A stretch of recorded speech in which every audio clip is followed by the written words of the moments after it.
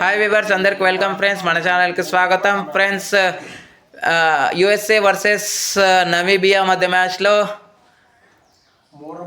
USA మొత్తానికి విజయాన్ని అయితే సాధించింది. So Namibia out of the tournament. నిన్న జరిగినటువంటి 2 మ్యాచ్ల్లో నేపాల్, నమీబియా తేలిపోయినాయని చెప్పుకోవచ్చు, ఇంటికి వెళ్ళిపోయినట్టుగా. So Namibia versus USA match ఎలా సాగింది ఏంటి అనేది మన వివరాలకు వెళ్ళిపోదాం. So let's move into the topic.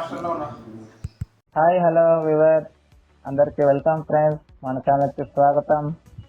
మా ఛానల్లో మీకు కనుక వీడియోస్ నచ్చితే లైక్ చేయండి, షేర్ చేయండి, కామెంట్ చేయండి మరియు సబ్స్క్రైబ్ చేయండి. మరిన్ని నోటిఫికేషన్స్ కోసం పక్కనే ఉన్న బెల్ ఐకాన్ని ఆల్ పైన ట్యాప్ చేయండి. ఆల్ పైన ట్యాప్ చేయడం ద్వారా మేము చేసే ప్రతి తాజా వీడియోలని నోటిఫికేషన్లో పొందగలరు. టాస్ గెలిచి మొదట బ్యాటింగ్ ఎంచుకుంది యుఎస్ఏ.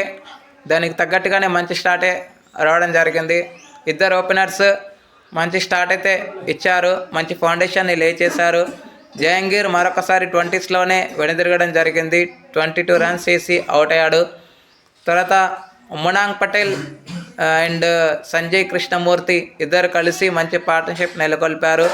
సాయి తేజ వెళ్ళాడని చెప్పుకోవచ్చు. సో జస్ట్ 4 వికెట్స్ మాత్రమే కోల్పోయింది యుఎస్ఏ. దీంట్లో ఎరాస్మస్ 2 వికెట్లు తీసుకోగా అవాంకి 2 వికెట్లు అయితే రావడం జరిగింది. ఇద్దరు 2 వికెట్లు మాత్రమే తీసుకోగలిగారు.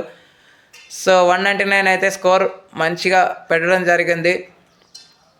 అండ్ మిలిన్ కుమార్ 29 రన్స్ అయితే స్కోర్ చేశాడు.